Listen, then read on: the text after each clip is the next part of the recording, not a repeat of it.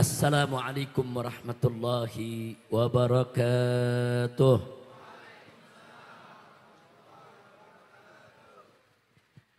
Bismillah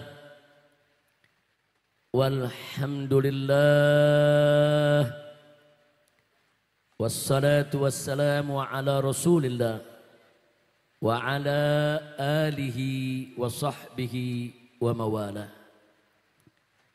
Ashhadu an la ilaha illallah wahdahu la syarika lah wa ashhadu anna sayyidana Muhammadan abduhu wa rasuluh la nabiyya ba'dah.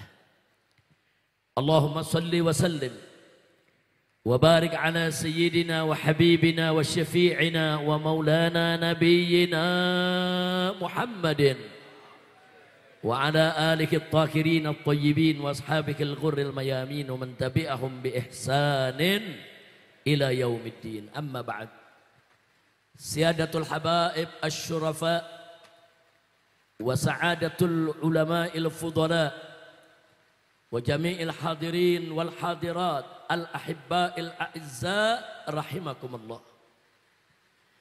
في هذه المناسبة السعيدة الطيبة المباركة لا أنسى أن أوصيكم جميعا ونفسي بتقوى الله وبطاعة رسول الله صلى الله عليه وسلم، فنسأل الله سبحانه وتعالى أن يهدينا إلى صراطه المستقيم ويجعلنا من المتقين ويدخلنا جنته جنة النعيم بحق سيد المرسلين والحمد لله رب Alamin. Taqabbalallahu minna wa minkum fataqabbal ya karim. Satu kehormatan dan kebahagiaan bagi saya pada malam hari ini bisa berkumpul dengan masyarakat Sidawangi di Sumber Cirebon ini. Apalagi saya bisa berjumpa, duduk bersama saya punya guru yang sangat saya cintai dan sangat saya hormati, Syekhina Al-Walid Al-Muhtaram Al-Mukarram Kiai Haji Syukran Ma'mun hafidhahullahu ta'ala wa ra'ah, famatanallahu bituli hayatih wa nafa'ana bi ulumi fid dini wad dunya wal akhirah, amin ya rabbal alamin. Jadi satu kebahagiaan bagi saya karena memang sudah cukup lama, sudah sekian lama tahunnya saya tidak pernah lagi ke Cirebon. Tapi pada malam hari ini saya bisa datang, saya bertemu dengan sejumlah tokoh, sejumlah kawan-kawan lama saya.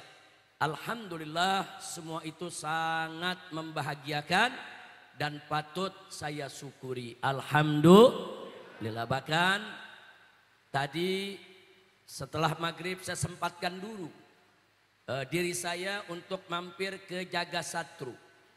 Dulu pada saat saya mundar-mandir ke Cirebon, setiap ada ceramah di Cirebon dan sekitarnya, selalu saya temui dulu, saya punya orang tua, saya punya guru, ayahanda almarhum Ayib Muh, yaitu Al-Habib Muhammad bin Syekh bin Yahya, yang dulu jadi ketua MUI di kota Cirebon. Beliau adalah guru saya, orang tua saya, setiap masuk Cirebon, di mana saja saya diundang. Sebelum saya berangkat, yaitu ke lokasi acara pengajian, selalu di sore hari sebelum maghrib, ba'da asar, saya datang ke beliau, saya minta doa, saya minta petunjuk dan seterusnya. Hari ini beliau sudah tiada, rahimahullahu rahmatal abrar, tapi beliau masih banyak meninggalkan anak, keluarga, santri, kawan di Jagasatru. Tadi saya ke sana ketemu dengan Habib Hasanin yang saat ini juga menjadi ketua MUI di kota Cirebon. Saudara hafidhahullah ta'ala wa ra'ah. Begitu juga saya mampir, saya bertemu dengan para guru, termasuk ada Dr. Habib Hasan Al-Jufri. Beliau adalah salah satu anak menantu. Beliau menikah dengan salah satu cucu daripada almarhum Ayib Muh, ya ikhwan. Jadi saya gembira, saya senang bisa merajut kembali silaturahim. Walaupun ayahanda Ayib Muh sudah meninggal dunia, tapi saya bisa merajut kembali dengan para kiai, para ustadz yang ada di Cirebon. Mudah-mudahan itu akan lebih memperkuat ukhuwah Islamiyah di antara kita semua. Sebetulnya dalam agenda juga saya ingin mampir ke Al-Bahja, tempat Buya Yahya. Saya malu sebetulnya kalau nggak mampir. Karena Buya Yahya ini kalau ke Jakarta sering mampir ke Petamburan. Selalu menyempatkan diri ya, Pak. Beliau orang baik, beliau dakwah kemana tempat, dakwahnya mamur menjadi benteng Ahlus Sunnah wal Jamaah. Alhamdulillah. Memang Cirebon ini kota kiai, Cirebon ini kota santri, Cirebon ini kota pesantren. Cirebon ini luar biasa ya, Pak. Maka sekali lagi saya nyatakan, saya gembira, saya bahagia, saya bersyukur kepada Allah kalau malam hari ini berkumpul lagi dengan orang-orang baik yang ada di Cirebon. Alhamdulillah. Mudah-mudahan Cirebon Allah berkahi menjadi Madinah Thayyibah, makmurah, mubarakah. Amin ya rabbal alamin. Dan malam hari ini saya juga bahagia kumpul dengan para habaib dan para kiai alim ulama yang ada di Cirebon. Malam ini di sini kita lihat ada Habib Utsman Al-Kaf. Kemudian di ujung sana ada Habib Segaf Al-Kaf. Saudara. Nah, ini semua barakah daripada pengajian majelis yang dibangun oleh guru kita Kiai Haji Alfan Nasuha, yang mana beliau mendermakan hartanya, tenaganya, pikirannya untuk membangun majelis taklim, menyebarluaskan dan menyebarkan Islam. Mudah-mudahan beliau berserta seluruh jajaran para gurunya termasuk Kiai Haji Muhammad Kamal dan lainnya tidak saya sebutkan satu persatu, insya Allah senantiasa diberkahi oleh Allah Subhanahu wa ta'ala. Dan mudah-mudahan majelis taklim Al-Baha Allah jadikan majlisan solehan, thayyiban, munawwaran, makmuran. Amin ya rabbal alamin. Nah, baiklah ya ikhwan. Sebetulnya kalau sudah ada Kiai Sukron Makmun di sini, saya enggan untuk berceramah. Karena memang dari saya kecil saya selalu mengikuti beliau ceramah di mana saja di Jakarta.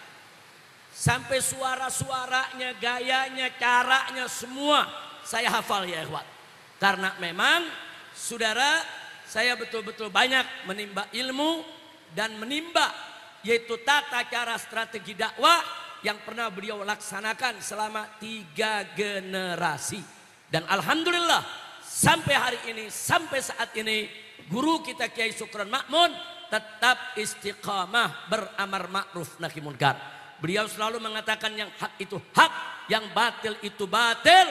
Lau matalaim, walaupun sedunia harus mencerca. Kita doakan agar beliau, kita punya guru, dipanjangkan umur oleh Allah dalam taat, ibadah, sehat walafiat, diberikan kemenangan dalam setiap langkah perjuangannya dan diberikan keturunan yang solehin solehat untuk melanjutkan perjuangannya. Dan semoga kelak kita dikumpulkan oleh Allah bersama beliau di dalam surga bersama Nabi kita Muhammad sallallahu alaihi wasallam. Amin ya rabbal alamin.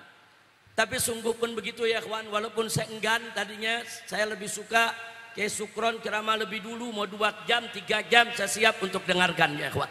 Tapi beliau yang perintahkan saya untuk bicara lebih dulu.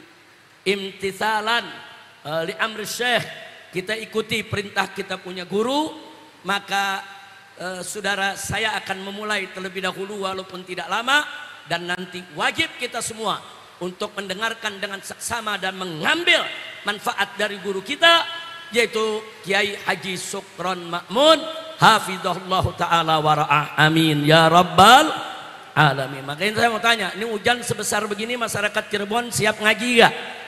Siap ngaji terus? Betul? Takbir, sallu ala nabi. Baik ya ikhwan, kita tahu malam hari ini kita kumpul dalam acara Cirebon bersolawat. Kita sudah lalui tadi membaca Rawi Maulid. Dan kita juga tidak lupa kalau saat ini kita sudah masuk di bulan Rajab. Bulan Isra Mi'rajnya Nabi kita Sayyiduna Muhammad sallallahu alaihi wasallam. Cerita soal Isra Mi'raj kita juga sudah sama tahu. Bagaimana sebagiannya tentang Isra'nya Allah ceritakan dalam Al-Quranul Karim. Faqala ta'ala Subhanalladzi asra bi'abdihi layla minal masjidil harami ilal masjidil aqsa alladzi barakna hawlah linuriyahu min ayatina innahu huwas sami'ul basir. Sadaqallahul aliyul azim. Luar biasa saudara. Dalam satu ayat yang singkat, padat, ringkas, jelas, Bagaimana kita mendapatkan informasi ilahi dari Allah Subhanahu wa taala tentang perjalanan Nabi yang begitu luar biasa. Allah yang nyatakan, saudara, justru karena ini merupakan peristiwa luar biasa, saudara, yang harus kita imani dengan sepenuh jiwa, saudara. Allah ingatkan dulu kita semua dengan kesuciannya. Subhana, maha suci. Sepertinya Allah memberikan isyarat kepada kita, hati-hati loh. Sebentar lagi Allah akan ceritakan peristiwa yang luar biasa. Peristiwa yang sulit dikenal oleh akal manusia biasa. Hati-hati, ini cerita bukan cerita khurafat. Ini cerita bukan cerita bohong. Ini cerita bukan cerita mimpi. Ini cerita bukan cerita fiktif. Subhana, maha suci Allah daripada menyampaikan kebohongan, kedustaan, khurafat dan aneka ragam, yaitu cerita-cerita fiktif. Allah ingatkan kita, subhana, maha suci Allah. Yang Allah sampaikan kepada kita adalah suatu cerita yang benar, dan itu merupakan mukjizat Nabi kita Sayyiduna Muhammad sallallahu alaihi wasallam. Subhanalladzi asra bi abdih. Maha suci Allah yang telah memperjalankan, asra, memperjalankan. Jadi bukan Nabi kita jalan sendiri, saudara, tapi diperjalankan oleh Allah. Kalau sudah bicara diperjalankan oleh Allah, Allah maha besar, Allah maha kuasa, Allah maha sanggup untuk memperjalankan hambanya, saudara, dengan perjalanan sehebat apapun. Betul? Siapa yang maha besar? Siapa yang maha kuat? Siapa yang maha perkasa? Takbir. Sallu ala nabi. Dan tentu yang Allah perjalankan bukan sembarang manusia, saudara. Asra bi abdihi, seorang hambanya. Dan jangan lupa para ulama mengatakan, saudara, tatkala seorang nabi diberikan julukan sebutan oleh Allah sebagai Abdullah, sebagai abduh, saudara, itu merupakan gelar yang paling tinggi. Kenapa? Karena di dalamnya ada makna ubudiyah kepada Allah.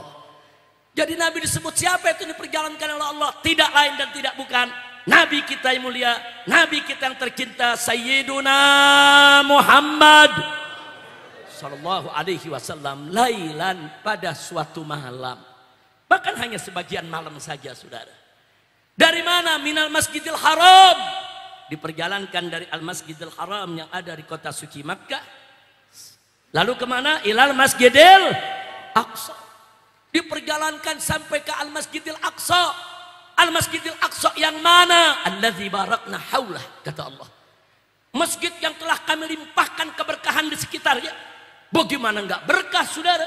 Jauh sebelum Nabi kita datang alaihi salatu wassalam, Al-Masjidil Aqsa, di sana Allah telah mengutus berapa banyak para nabi dari Bani Israel, saudara. Allah utus para nabi, para rasul.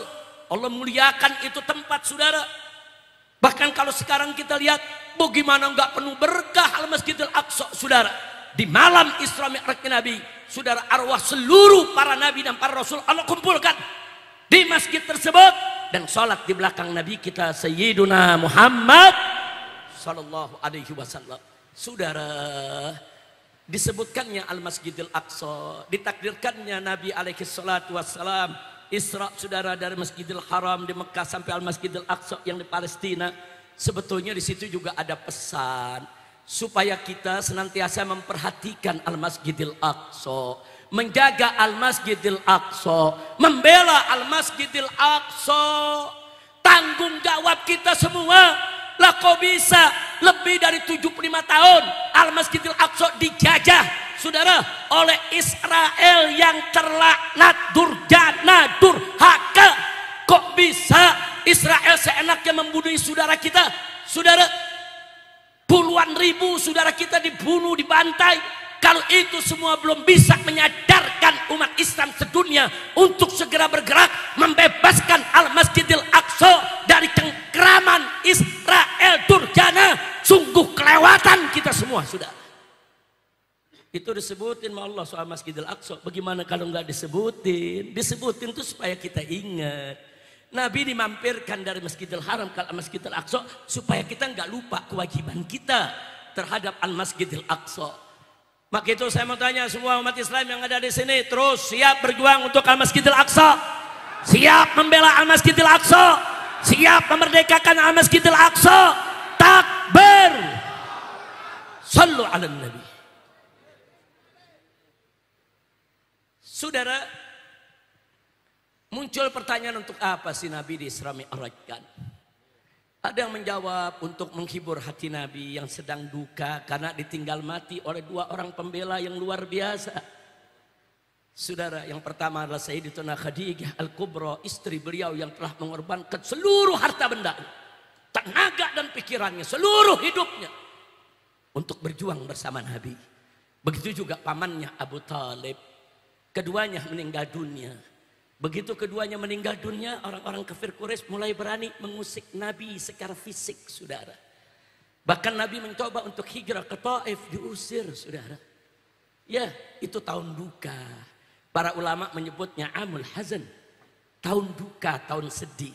Saat itulah Nabi di Isra Mi'rajkan oleh Allah, dihibur langsung oleh Allah Subhanahu wa ta'ala. Jawaban ini enggak salah, karena memang faktanya begitu, saudara. Ada lagi ulama yang menjawab, beliau di Isra Mi'rajkan salah satunya adalah untuk menerima perintah sholat 5 waktu. Ini juga betul, karena memang fakta realitanya begitu. Nabi mendapatkan perintah sholat 5 waktu, saudara, untuk umatnya pada saat beliau Isra dan Mi'raj. Tapi terlepas dari semua pendapat, kita kembali kepada Al-Quran. Allah nyatakan, linuriyahu min ayatina, untuk kami perlihatkan kepada beliau, yaitu Nabi Muhammad sallallahu alaihi wasallam, dan juga kepada seluruh umatnya, min ayatina, sebagian dari tanda-tanda kebesaran kami.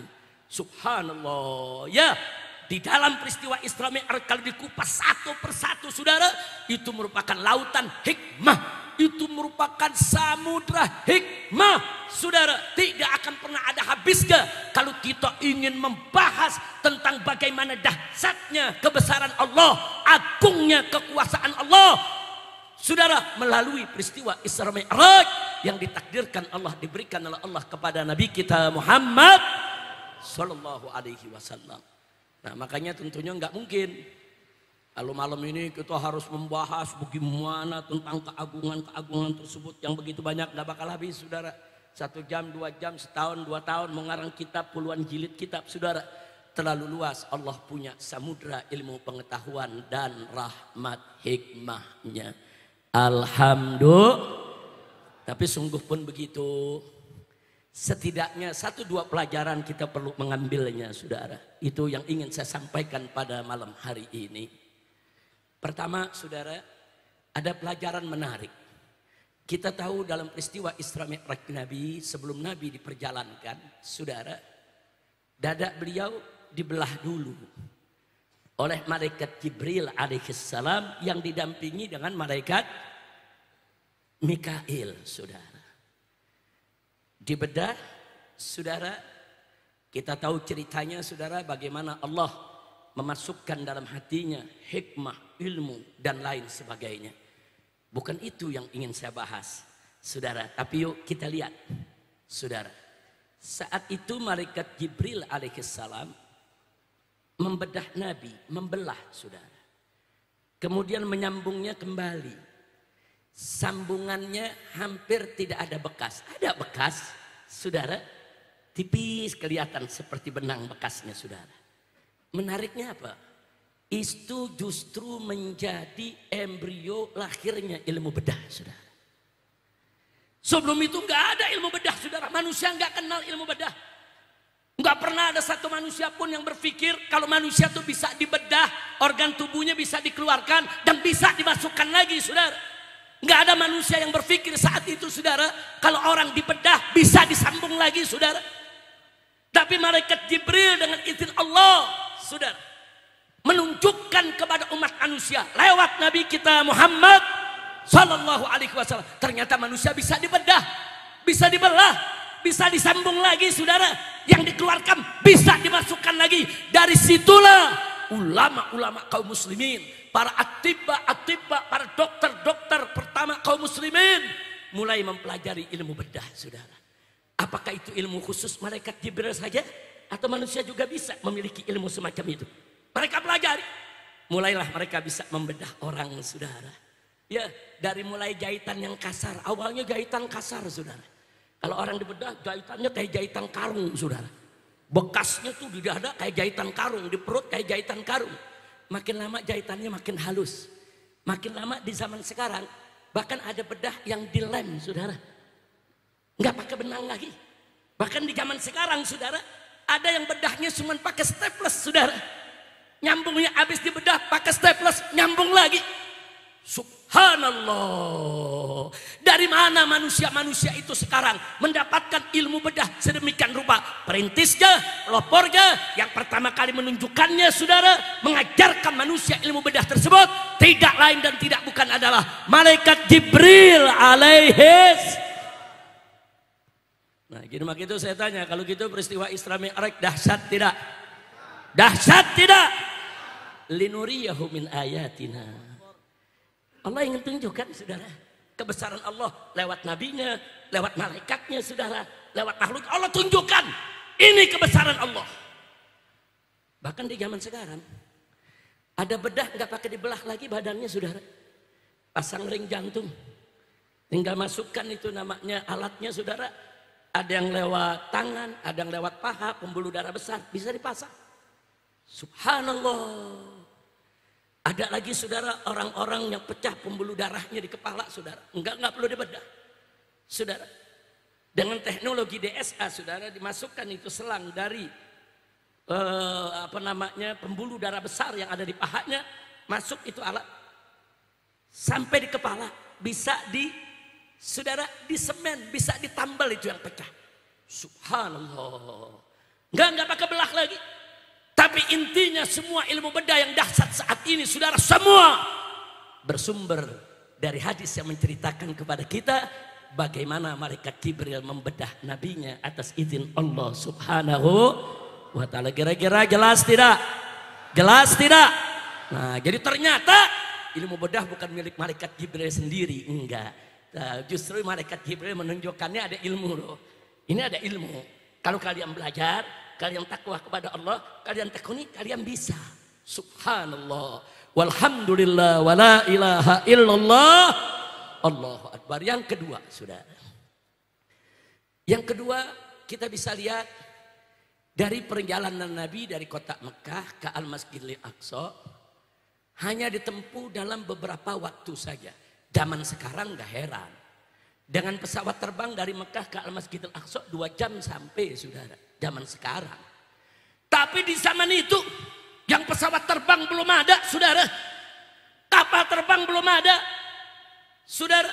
Makanya banyak orang-orang kafir mendustakan Nabi. Bahkan ada orang-orang yang sudah masuk Islam, imannya masih lemah, baru masuk Islam, dengar cerita Isra Mi'raj, murtad, saudara. Sebagaimana diceritakan oleh Sayyidatuna Aisyah radhiyallahu taala anha, saudara. Karena memang peristiwa Isra Mi'raj ini sulit dirasionalisasikan oleh akal manusia yang lemah, saudara. Tapi sulit dirasionalisasikan bukan berarti irasional. Sulit, saudara, untuk dicerna oleh akal bukan berarti tidak masuk di akal. Bukan. Tapi memang akal manusianya yang lemah, saudara. Dan gak sampai di situ, saudara. Untuk bisa menerima kebenaran peristiwa Isra Mi'raj nggak cukup hanya dengan ilmu dan akal saja, tapi di sana harus ada iman. Makanya kita lihat kalau orang-orang kafir bertanya kepada Sayyidina Abu Bakar Siddiq radhiyallahu anhu, saudara. Apa kata orang-orang kafir kepada Sayyidina Abu Bakar setelah mendengar cerita Nabi soal Isra Mi'raj? Mereka katakan, ya Abu Bakrin, hal tusaddiqu kadba Muhammadin? Hei Abu Bakar, apa kamu masih percaya dengan bohongnya Muhammad, dengan dustanya Muhammad? Mana ada perjalanan dari Mekah ini ke Al-Masjidil Aqsa ke Palestina sana hanya dalam sebagian malam? Kau tahu ya Abu Bakar, kita semua sama tahu perjalanan dengan unta saja 15 hari 15 malam baru sampai. Pulang pergi 1 bulan. Itu kalau nggak berhenti di tengah jalan, saudara. Mana mungkin Muhammad bisa menempuhnya hanya dalam sebagian malam? Atau sedih ada ya Abu Bakar? Apa kau percaya dengan cerita bohong ini? Masya Allah. Kalau orang-orang yang baru masuk Islam imannya lemah, ditanya begitu oleh kafir Quraisy goyang, saudara. Tapi ini yang ditanya bukan sembarang sahabat. Sayyiduna Abu Bakar Siddiq radhiyallahu an. Apa beliau jawab? Luar biasa jawabannya, saudara. Beliau katakan kepada orang-orang kafir Quraisy, apa beliau katakan? Lau qala Muhammadun ab'ada min dzalik wallahi la saddaqtu. Singkat beliau katakan, andai kata kekasihku Muhammad bercerita lebih dahsyat dari Isra Mi'raj, lebih luar biasa daripada Isra Mi'raj, selama Muhammad yang bercerita, wallahi demi Allah pasti aku percaya dan membenarkannya. Takbir. Saya mau jawab, ini yang jawab ilmu apa iman? Sebab ilmu belum sampai saat itu, saudara. Ilmu perjalanan jauh dalam waktu cepat belum sampai. Ilmu manusia belum sampai, saudara. Tapi iman Abu Bakar Siddiq sudah mendahului ilmu kita yang baru kita temukan zaman ini, saudara. Iman. Iman ini ajaib, saudara. Iman, saudara, bisa menerima yang akal belum sampai. Iman bisa menerima, saudara, yang kita punya, saudara, hawas, saudara, yang kita punya mata, telinga belum mendengar, mata belum lihat, tapi dengan iman kita bisa menerima itu semua, saudara. Kita percaya surga neraka ada walaupun kita nggak pernah lihat. Kita percaya, saudara, dosa pahala itu ada walaupun kita belum lihat. Kenapa? Semua dijawab dengan, makanya Abu Bakar Siddiq dijuluki As-Siddiq. Kenapa dijuluki As-Siddiq? Karena beliau, saudara, membenarkan Nabi tatkala orang lain mendustakannya. Percaya kepada cerita Nabi tatkala orang lain mendustakan Nabi. Nah, kira-kira jelas tidak? Nah, tapi zaman sekarang, saudara, perjalanan dari Mekah ke Masjidil Aqsa bisa ditempuh dalam waktu yang singkat. Bukan aneh lagi bagi kita di zaman sekarang. Nah, jadi kalau kita sekarang manusia biasa bisa menciptakan, saudara, satu kendaraan yang namanya pesawat terbang. Kita bisa jalan jauh dalam waktu yang singkat. Bagaimana Allah? Apa iya Allah nggak mampu menciptakan satu kendaraan yang kecepatannya sedemikian rupa? Itulah yang Allah kirimkan kepada Nabi dengan nama Al-Buraq. Kenapa disebut buraq? Karena kecepatannya bagaikan barq, bagaikan kilat, saudara. Makanya disebut buraq. Kalau manusia mampu menciptakan pesawat supersonik, saudara, pesawat yang begitu cepat, Allah lebih mampu menciptakan satu kendaraan yang kekuatannya luar biasa. Dan terbukti dulu sulit orang memahaminya, tapi sekarang orang bisa menguraikannya dengan teknologi. Alhamdulillah. Kira-kira jelas tidak? Artinya apa? Dengan adanya kendaraan buruk, saudara, itu membuat umat manusia berpikir, ulama-ulama kaum muslimin berpikir, kalau Allah mengirimkan satu kendaraan super cepat, apakah kita manusia bisa menciptakan kendaraan yang cepat? Dipancing sampai akhirnya para ulama menemukan sepeda, menemukan motor, menemukan mobil, menemukan kereta, menemukan pesawat terbang, sampai menemukan pesawat orang alik, saudara. Alhamdulillah. Kira-kira jelas tidak? Jadi saya tanya sekali lagi, kalau gitu peristiwa Isra Mi'raj itu dahsyat tidak? Dahsyat tidak? Itulah tadi Allah katakan, linuriyahu min ayatina. Allah mau tunjukkan, saudara, tanda kebesarannya. Yang ketiga, saudara, sudah atau lanjut nih? Udah apa lanjut? Nanti bilang lanjut, kamu nanya guru anak dulu. Baik, masih diizinin. Lanjut. Baik, sedikit lagi, saudara. Tadi udah berapa? Udah 2 itu. Sekarang yang ketiga, saudara. Yang ketiga, saudara, dari Masjidil Aqsa Nabi dinaikkan oleh Allah ke langit pertama, langit kedua, langit ketiga, dan seterusnya sampai ke Sidratul Muntaha. Saya tidak ingin cerita soal naiknya, saudara. Tapi dulu, saudara, tidak ada satu manusia pun bisa berpikir kalau ada makhluk akan bisa terbang ke ruang angkasa, saudara. Gak ada yang berpikir, saudara. Tahu-tahu Nabi membawa kabar, saudara, beliau tembus langit 1, 2, 3 dan seterusnya. Dan ini mendorong, memotivasi para ulama-ulama kita, saudara, bagaimana supaya manusia ini bisa mencapai bulan, bisa mencapai planet-planet, bisa mengarungi ruang angkasa, saudara. Ya, saudara, kalau malaikat Jibril dan Mikail dengan izin Allah bisa membawa Nabi untuk menembus langit pertama dan seterusnya, ulama terpacu, saudara, dan akhirnya kita lihat, akhirnya manusia mampu ke bulan, akhirnya manusia mampu mengarungi ruang angkasa. Bahkan sampai hari ini penyelidikan ruang angkasa masih terus berjalan, saudara. Padahal di dalam Al-Quranul Karim, kalau cerita ruang angkasa, bagaimana para jin bercerita kalau dulu mereka bisa singgah dari satu tempat ke tempat lainnya di angkasa sana. Tapi setelah Nabi diutus, mereka nggak bisa lagi bebas untuk mencuri dengar kabar langit, saudara. Ya, artinya dulu ada makhluk-makhluk itu bisa hidup di ruang angkasa. Itu juga pancingan buat ulama-ulama kita. Apakah bisa umat manusia ke sana? Ternyata dari penyelidikan, saudara, penelitian, percobaan, dan seterusnya, akhirnya manusia mampu mengarungi ruang angkasa. Walaupun masih jauh dari kesempurnaan. Alhamdulillah. Nah, jadi kalau kita mau bahas, maka tadi saya katakan Isra Mi'raj ini lautan hikmah, saudara. Nah, makanya tega betul orang-orang liberal seenaknya mengatakan Isra Mi'raj itu kan cuman cerita fiktif, dongeng buat menghibur umat Islam. Kurang ajar. Nah, begitu jangan terpengaruh dengan ajaran-ajaran liberal, saudara. Peristiwa Isra Mi'raj adalah peristiwa nyata, benar, dan itu merupakan bagian mukjizat dari Nabi kita Muhammad Sallallahu Alaihi Wasallam yang diberikan oleh Allah Subhanahu Wa Taala. Percaya dengan Isra Mi'raj? Jawab yang kompak, percaya dengan Isra Mi'raj? Yakin? Betul? Takbir?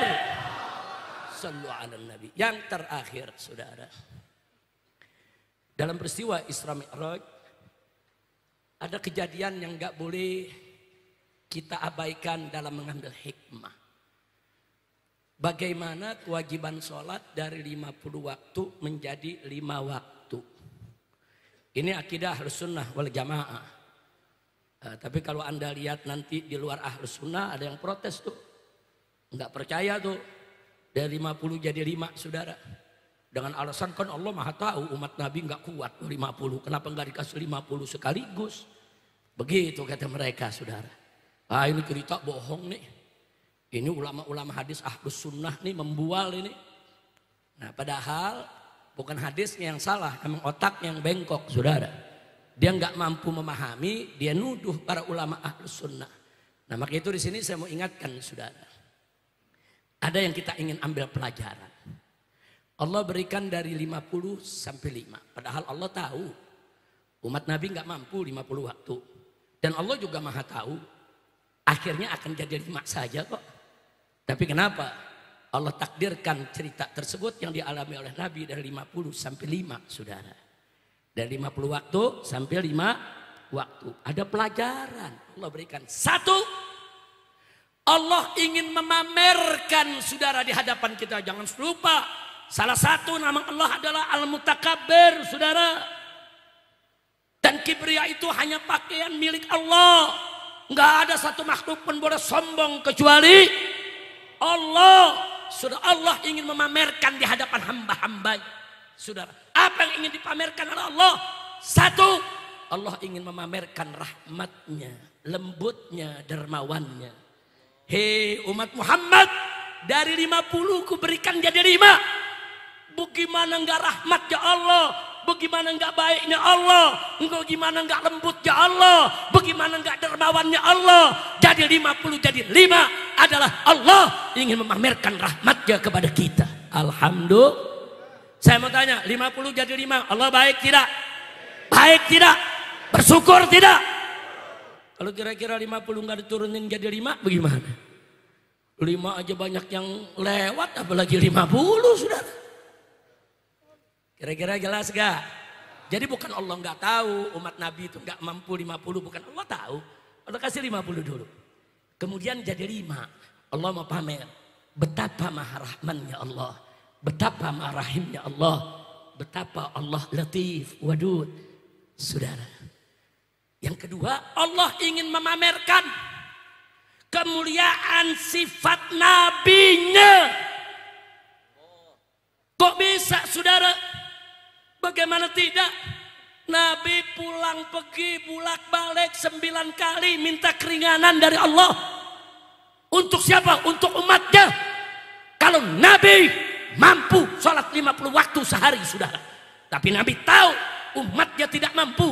Dengan dorongan, saran, nasihat dari Nabi Musa alaihissalam, dan dengan musyawarah kepada Jibril, dan Jibril memberikan isyarat boleh kembali lagi kepada Allah untuk minta keringanan. 9 kali Nabi pulang pergi. Setiap menghadap dikurangi 5. Setiap menghadap dikurangi 5. Sampai 9 kali menghadap dikurangi 45. Sehingga sisa tinggal, bahkan begitu sisa tinggal 5, Nabi Musa masih nyaranin, minta lagi keringanan. Tapi Nabi malu, saudara. Nabi sampaikan ke Musa, cukup udah 5, aku malu.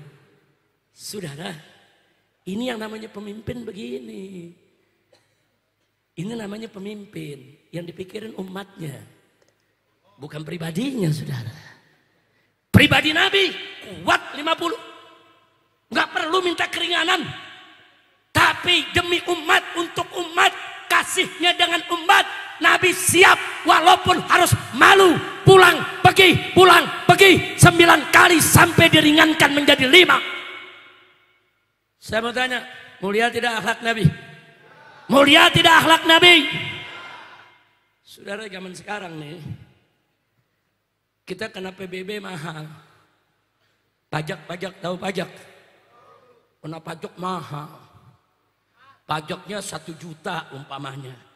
Kita minta bantuan sama Pak Lurah. Tolong dong Pak Lurah ngadep Pak Camat biar dikurangin. Ya Pak Lurah ngadep ke Pak Camat. Dikurangin sama Pak Camat. Dari 1 juta ya udah 750 aja. Balik lagi nih Lurah, udah kamu 750 diizinin. Minta lagi Pak Camat ngadep lagi. Pak Lurah ngadep lagi dong ke Pak Camat. Mungkin dikurangin lagi. Ngadep lagi ke Pak Camat 2 kali. Dikurangin lagi, saudara, tinggal 500. Kira-kira yang ketiga kali kita ngomong, Pak Lurah ngadep lagi, mau gak Lurah? Saudara, minta keringanan kepada atasan itu, saudara, bukan sesuatu yang mudah.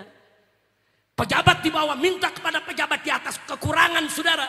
Dia harus siap malu dan dia harus siap dilabrak oleh atasannya, saudara. Kalau dia datang, kalau atasannya baik, kalau atasannya nggak baik, saudara, kalau atasannya nggak mau, cukup itu pajak, tagih aja kepada rakyat, nggak usah minta kurang-kurangi. Jadi minta kekurangan kepada yang di atas itu ada beban, saudara. Tapi Nabi nggak peduli, demi umatnya, Nabi pulang pergi, saudara. Demi umatnya, saudara, Nabi siap, saudara. Apa yang akan ditegur oleh Allah? Ternyata Allah Arhamur Rahimin. Apa permintaan nabinya diberikan, saudara? Alhamdulillah. Maka itu saya mau tanya, kalau gitu akhlak Nabi bagus tidak? Sempurna tidak? Sudah di puncak kenikmatan, saudara. Nikmat ketemu Allah, saudara, itu adalah qummatun ni'am.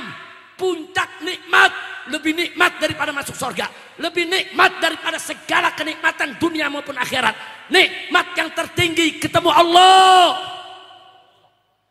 Nabi ada di puncak kenikmatan, tapi nggak lupa dengan umatnya di bawah, saudara. Itu pelajaran buat para pemimpin Islam. Kau lagi di puncak, jangan lupa sama yang bawah. Ini baru ada di puncak sedikit, udah lupa sama yang bawah. Ada gak? Ada gak? Ada apa banyak? Ada apa banyak? Waktu kampanye teriak, saya jadi pemimpin, pajak dihapus. Begitu jadi pemimpin, pajak bakal dilipat. Kacau tidak? Kacau tidak? Lagi kampanye datang ke kiai, cium tangan bolak-balik. Kadang-kadang dengkul kiai ikut dikiyung. Begitu udah jadi pesantren kiai mau ditutup.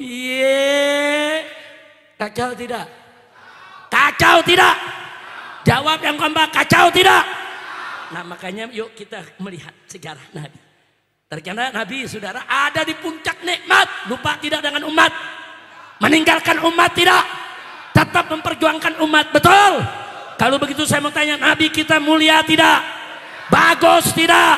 Itulah yang Allah ingin pamerkan kepada kita melalui peristiwa Isra dan Mi'raj. Alhamdulillah. Nah, baiklah. Saya pikir kalau diteruskan masih banyak lagi hikmahnya, digali hikmah masih banyak lagi. Tapi bukan Anda saja.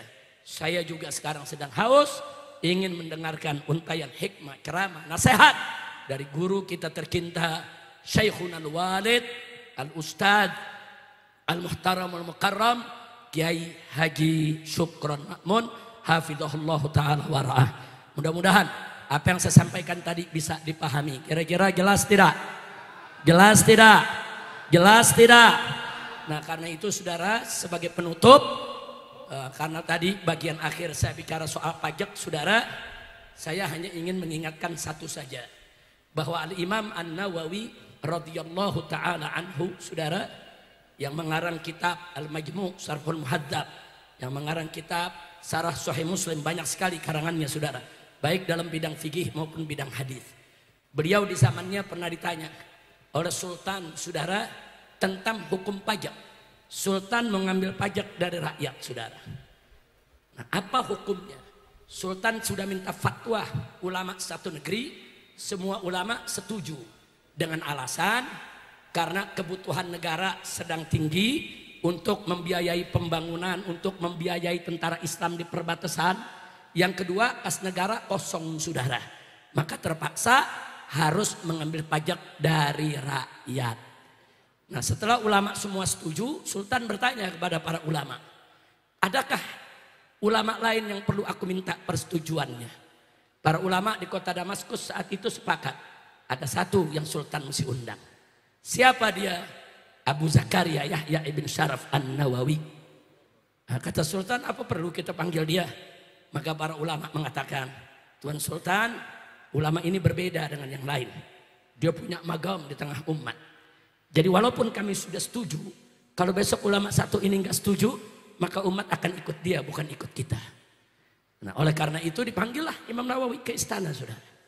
Dijemput langsung oleh pasukan, beliau tinggal di pinggiran kota Damaskus, namanya Desa Nawa, saudara. Beliau dipanggil, hadir, duduk di depan Sultan.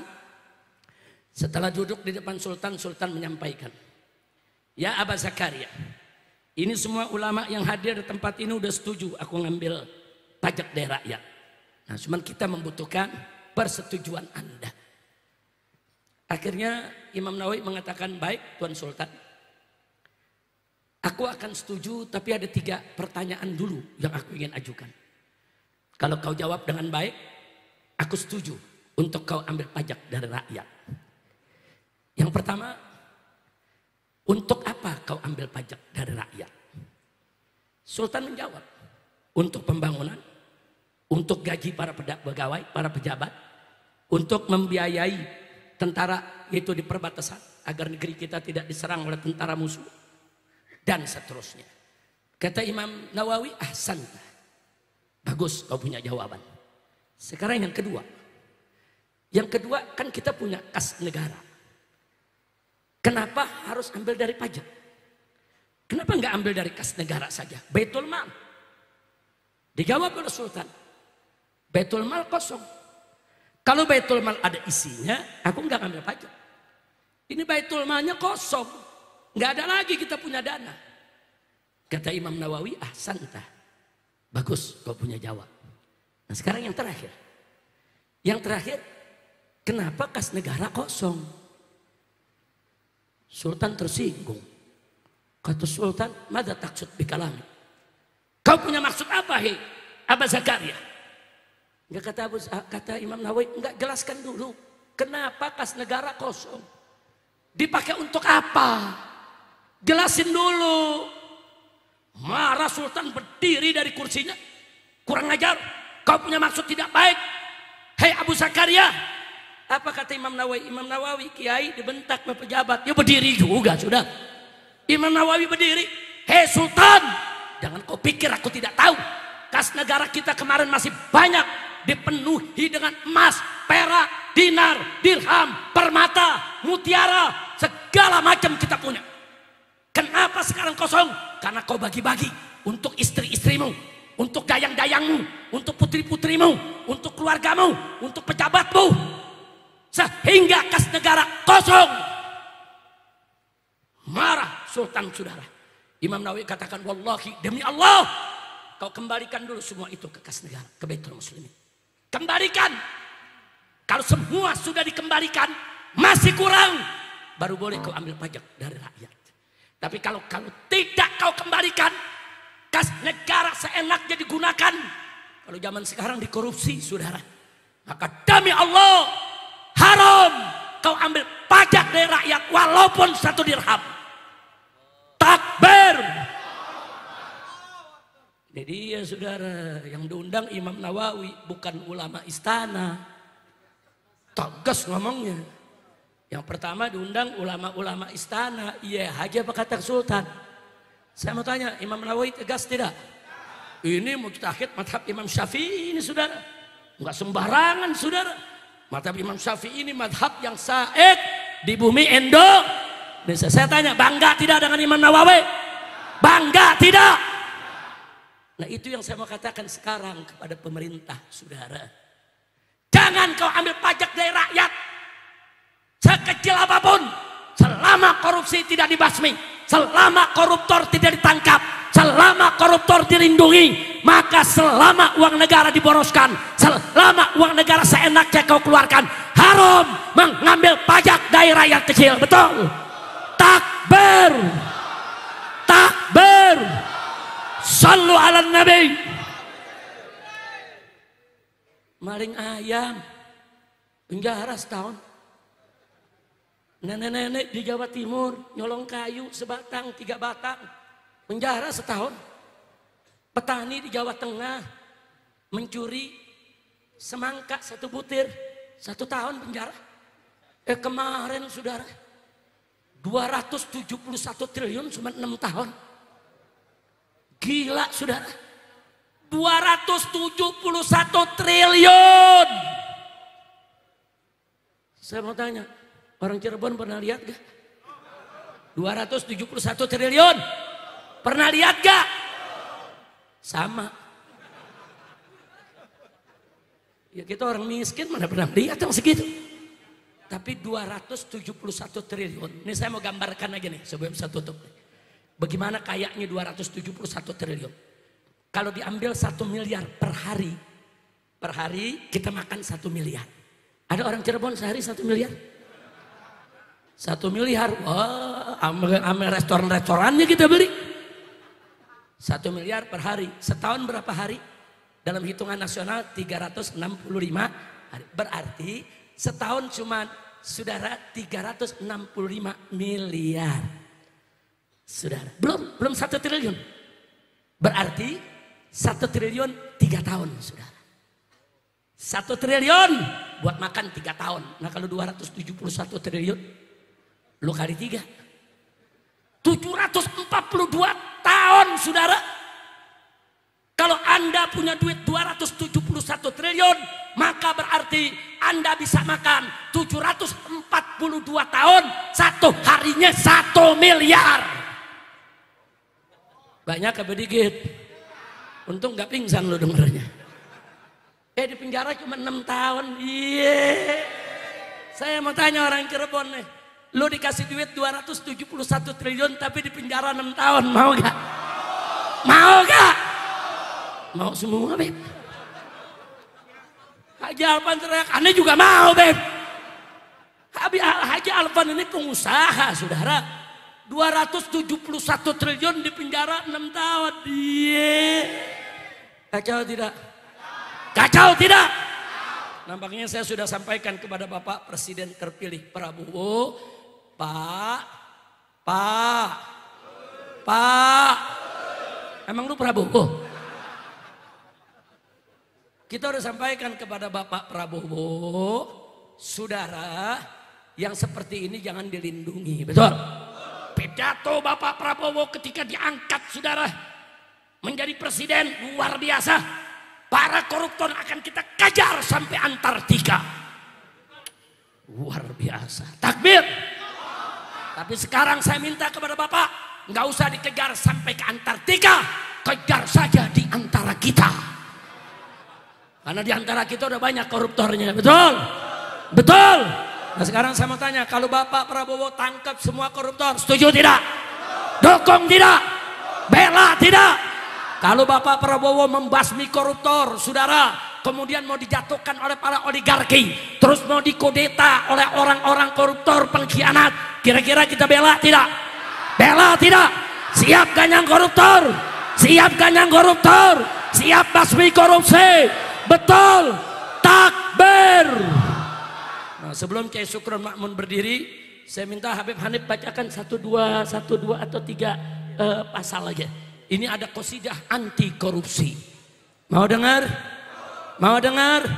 Qasidah anti korupsi. Ini udah lama nih. Saya ngarang dari zaman dulu nih. Udah berapa tahun lupa udah. Saudara. Nah cuman saya mau tutup. Saudara dulu zaman Pak Harto. Korupsi ada banyak. Bukan dikit. Tapi korupsinya masih di kolong meja. Korupsinya di kolong meja. Masih malu-malu. Masih ada tuh rasa malu. Begitu kita reformasi saudara. Korupsinya naik di atas meja. Malunya mulai hilang. Di zaman Jokowi korupsi memega-meganya dibawa pulang. Udahlah segitu aja dah. Ntar gue ditangkep lagi kali. Kiai Syukron udah negor saya, Beb kalau ceramah jangan sebut nama, ditangkep lagi ente. Tapi sudah dari sononya Kiai. Udah deh jangan diterusin, ntar pulang dari Cirebon ditangkep, gue gak datang lagi ke Cirebon. Akhirnya gak ke Cirebon, gak makan nasi gamblang. Mutsinya kalau anda lagi di penjara, ente nengokin bawa nasi gamblang. Ada tempenya, ada perkedelnya, ada apa? Ada sambal merah gitu. Gue jadi udah ajib aja udah makanan orang Cirebon ya. Makannya di atas daun jamblang. Daun jati. Daun. Enak gak? Enak gak? Itu berapa harganya? 1 miliar? Ya udah sekarang saya tanya nih sekarang, siap gak yang koruptor? Betul? Takbir. Sallu ala nabi. Itu saja yang saya sampaikan. Terima kasih atas perhatiannya. Hadani Allah wa iyyakum ila siratil mustaqim. Wassalamualaikum warahmatullahi wabarakatuh.